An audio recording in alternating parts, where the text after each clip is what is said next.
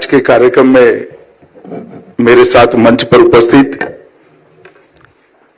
Chief justice of India justice Suryakant ji, Bharat सरकार के attorney general Shri R Venkataramani ji, मेरे मित्र और भारत सरकार के सॉलिसिटर जनरल श्री तुषार मेहता जी, और आज इस सभागार में विधि के क्षेत्र से जुड़े हुए सभी हुज हु जो यहाँ पर उपस्थित है, वो सभी को मैं तुषार मेहता की ओर से स्वागत भी करता हूं और अभिनंदन और धन्यवाद भी देना चाहता हूं।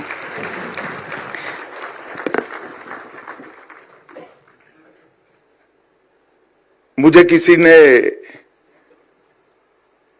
उचित ही सलाह सुबह दिया कार्यक्रम के बारे में जानकर कि आपके वक्तव्य को तुषार मेहता के एक पुराने दोस्त के नाते नहीं देखा जाएगा, आपके वक्तव्य को एक क्रिटिक सिटीजन के ओपिनियन के बारे में भी नहीं देखा जाएगा, आपके वक्तव्य को न्यायपालिका और सरकार के रिश्तों के दृष्टि से ही देखा जाएगा। अब मैंने उनको पूछा कि आप मुझे चेताना चाहते हो या मेरे भाषण की मर्यादा तय करना चाहते हो, या आप एक प्रकार से किसी के कहने पर फोन कर रहे हो। तो वो सज्जन ने मुझे कहा कि मैं आप पर ही छोड़ देता हूं अनुमान करने का। तो ढेर सारे मीडिया के लोग हैं, मैं शुरुआत में ही स्पष्टता कर देता हूं कि यहां से कुछ कंट्रोवर्शियल किसी को मिलने वाला नहीं है। मेरे पास बहुत सारे फोरम है निर्भीकता से अपनी बात रखने का, मेरे पास बहुत सारे फोरम है क्रिटिक तरीके से अपनी बात रखने का। मैं आज श्री तुषार मेहता के इस महत्वपूर्ण प्रसंग को कंट्रोवर्सी में डालना नहीं चाहता हूं। मित्रों, तुषार जी भारत के सॉलिसिटर जनरल हैं, एक बहुत अच्छे विधि को जानने वाले अधिवक्ता हैं, मगर तुषार मेहता मेरे दोस्त भी हैं। मैं उनको लगभग 30 साल से जानता हूं। उनकी साहित्य के प्रति उनकी रुचि सिर्फ ये पुस्तकों तक सीमित नहीं है। जिसका तुषार मेहता से दोस्ती होगा उसको मालूम होगा, आपको ढेर सारे उर्दू शेर व शायरी और गजल वो धड़ल्ले से आपको भेज सकते हैं। और मैं इस बात की गारंटी देता हूं, आप एसएमएस खोलकर उनका देख लेना, व्हाट्सएप खोलकर देख लेना, वो प्रासंगिक ही होंगे। तो उनके पास साहित्य का अभ्यास भी है, रुचि भी है, और आज एक प्रकार से साहित्य सृजन में वो शुरुआत करने जा रहे हैं। तुषार भाई को मेरी बहुत बहुत शुभकामनाएं हैं। एक बात के साथ मैं डिफर करता हूं। तुषार भाई ने कहा कि मैं कोर्ट में प्रैक्टिस करता हूं और ये लिख रहा हूं। तुषार भाई, ये साहस आपका आधा अधूरा है। ये वाक्य तब उचित था तब भारतीय कोर्टों पर आप एक टिप्पणी करते जो आपने टाला है। अब मेरी टिप्पणी कोर्ट पर है या तुषार मेहता पर, वो मैं आप लोगों पर छोड़ देता हूं। मित्रों, आज विधि के क्षेत्र से जुड़े हुए बहुत सारे लोग यहां पर उपस्थित हैं। एक प्रकार से हमारे संविधान की 76 साल की यात्रा में हमने ये तो अचीव कर लिया है कि हमारे लोकतंत्र की जड़ें हमने पाताल तक गहरी पहुंचाई।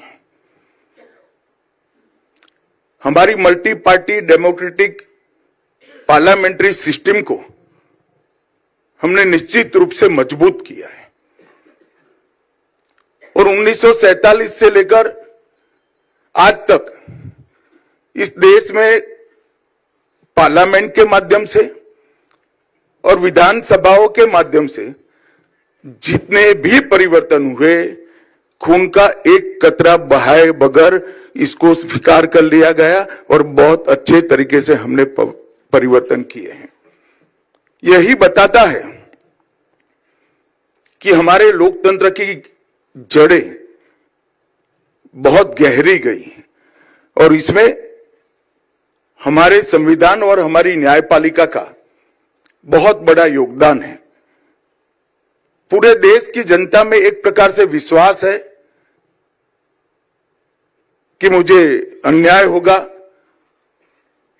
तो संविधान जाग रहा है, मेरे अधिकारों पर आघात होगा तो न्याय के द्वार खुले हैं और कहीं पर भी कमजोर व्यक्ति की या कमजोर विचार की आवाज को दबाया जाएगा तो न्यायालय में आवाज जरूर सुनी जाएगी। और ये तीनों मूल चीजों पर ही हमारा लोकतंत्र मजबूत हुआ है। और बाय एंड लार्ज देखें तो न्याय आम आदमी की जो आशा है, समाज का संतुलन है और राष्ट्र के चरित्र का एक प्रकार से बहुत महत्वपूर्ण प्रमाण भी है। इसका विश्वास टिकाने में हमें सोसाइटी के नाते बहुत बड़ी सफलता प्राप्त की है। मैं इतना जरूर कहना चाहता हूं कि मैं बाय एंड लार्ज शब्द का प्रयोग किया हूं। हम सबकी जिम्मेदारी है कि इसमें भी जो छोटे छोटे छोटे लूपहोल्स होंगे उसको न्यायपालिका और कार्यपालिका दोनों ने मिलकर सुधारने भी होंगे और इसको प्लग करने की व्यवस्था concrete time bound road map के साथ हम लेकर आगे आना पड़ेगा। मैं तुषार भाई के दो पुस्तकों के बारे में कुछ कहना चाहता हूं। मैंने बहुत डिटेल में दोनों पुस्तक पढ़े नहीं है, हालांकि तुषार भाई ने मुझे 25 दिन पहले पुस्तक दे दिए थे, पढ़ना भी चाहिए था, मगर मैं बंगाल और बाकी सारे राज्यों में बिजी था, इसलिए मैं प्रामाणिकता से कहता हूं कि मैं पुस्तक पढ़ नहीं पाया हूं। मेरी टिप्पणी मेरी टीम ने बनाई हुई नोट के आधारित है। इन्होंने इस पुस्तक में ढेर सारी चीजों को उजागर किया है और एक प्रकार से हम किसी भी व्यवस्था में बैठते हैं तब हम अपने आप के सेंट्रिक सोच धीरे धीरे धीरे धीरे डेवलप कर देते हैं और ये मानव स्वभाव है, इसमें कोई बड़ा कोई नेगेटिव चीज भी नहीं है। परंतु जब इस प्रकार की न्यूट्रल मीमांसा सामने आती है तो हमें अपने बारे में, अपने इंस्टीट्यूशन के बारे में और कुल मिलाकर क्षेत्र के बारे में मीमांसा कर पुनः विचार करने का एक बहुत बड़ा अवसर प्राप्त होता है। कैसे कभी कोर्ट में कविता की गूंज सुनाई देती है तो कभी काफी सारे जजों के मौलिक अंदाज को भी तुषार मेहता ने आगे बढ़ाया है। एक घटना जब मैंने नोट में पढ़ी तो मैंने खुद पढ़ने का भी आग्रह रखा कि एक देश में दो जुड़वा बहनों ने वकील और न्यायाधीश बनकर एक दूसरे की भूमिका के साथ किस तरह से खिलवाड़ किया था, वो भी बहुत अच्छे तरीके से डाला हुआ है। और कभी एक जज ने शिकार करते करते निर्णय कर दिया, वो भी डाला है। ये सारी चीजें एक प्रकार से हम सभी को सोचने के लिए भी एक प्रकार से मजबूर करती है और एक प्रकार से साहित्यिक दृष्टि से कहे तो बहुत सारा कोर्ट के गंभीर वातावरण से हमें बाहर भी निकालती है। The bench, the bar and the bizarre. ये किताब एक जिज्ञासु व्यक्ति की तरह दिखाई पड़ती है। इसमें एआई और आधुनिक तकनीकों के बारे में न्यायपालिका के सामने फ्यूचर में किस प्रकार की चुनौतियां आने वाली है वो कॉन्क्रीट उदाहरण के साथ समझाने का प्रयास किया गया है। इसमें तकनीक और न्याय का तालमेल तो करना चाहिए, परंतु इसके बारे में जो चेतावनियां हैं वो भी हमें दिखाई दी।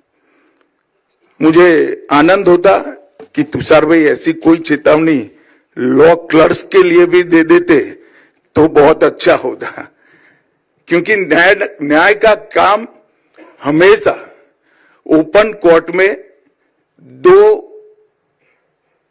एडवोकेट्स की बहस सुनकर अपने अनुभव के आधार पर, अपने ज्ञान के आधार पर निर्णय करने का काम मैं मानता हूं न्याय का होता है। परंतु तकनीक जब आएगी तब इसका उपयोग भी होगा, और उपयोग होगा तो इसके हमें चेताने वाले, सोसाइटी के नाते चेताने वाले परिणाम क्या होंगे ये भी बहुत अच्छे तरीके से इसके अंदर हमारे सामने रखा है। मित्रों, एक प्रकार से हमारे लोकतंत्र की सुंदरता ये है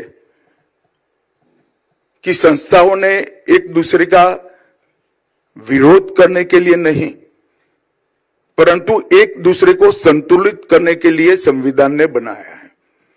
इस स्पिरिट को हमें सच अर्थ में समझना पड़ेगा। कार्यपालिका निर्णय लेती है, न्यायपालिका उसका संवैधानिक समीक्षा करता है, और हमारे संविधान निर्माताओं ने संवाद, मर्यादा और संतुलन तीनों को बनाए रखने के लिए बहुत अच्छे तरीके से एक स्पिरिट के साथ संविधान को लिखा है। और मैं पीछे मुड़कर जब देखता हूं तो 76 साल में शायद ही किसी देश ने ये सभी मर्यादाओं को संभालते हुए देश को आगे बढ़ाया होगा। हम सबके लिए बहुत हर्ष का विषय है कि हमारे यहां बायन राज्य सारी मर्यादाएं बनी रही और इसको परंपराओं से हमने आगे भी बढ़ाया है। लोकतंत्र की मजबूती टकराव से नहीं है, बल्कि संस्थागत संतुलन और पारस्परिक मर्यादाओं से ही होती है। और जब मैं पारस्परिक मर्यादा की बात करता हूं तब इसकी स्पिरिट के रूप में हमारे संविधान ने स्वीकृति कई जगह पे दी है, वो हम सब ने देखा भी है, आगे पर देखना भी चाहिए। और जो एक अच्छी प्रैक्टिस 75 साल में बनी है कार्यपालिका और न्यायपालिका के बीच में संतुलन की, उसको और दृढ़, सुदृढ़ और आगे बढ़ाने के लिए हम सब ने साथ में काम भी करना चाहिए। आज मैं यहां पर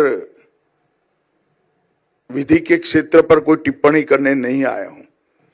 मैंने हालांकि एक विषय तय किया है कि मैं जरूर नजदीक के भविष्य में कोई ना कोई फोरम में जरूर मेरे विचार बेबाकी से रखूंगा, ये मैं आज बता देता हूं। मगर आज मैं तुषार भाई के पुस्तकों का विमोचन करने के लिए आया हूं। तुषार भाई का और मेरा परिचय एक प्रकार से 30 साल पुराना है और बहुत अच्छी मित्रता भी है।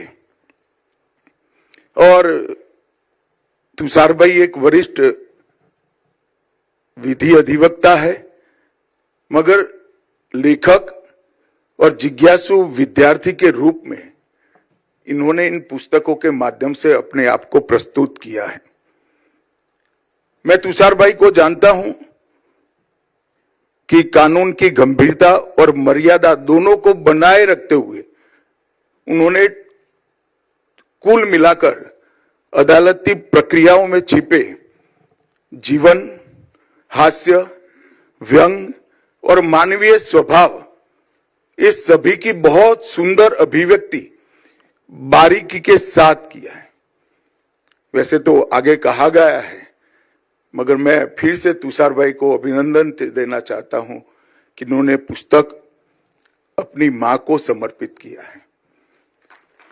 चूंकि तुषार भाई के साथ मेरा पुराना रिश्ता है, मैं माता जी को मिला भी हूं और बहुत अच्छे से मिला हूं, जानता भी था, परंतु आज मदर्स डे के दिन इन्होंने ये पुस्तक का विमोचन रखा है, वो भी बड़ा सूचक और बहुत अच्छा प्रसंग है।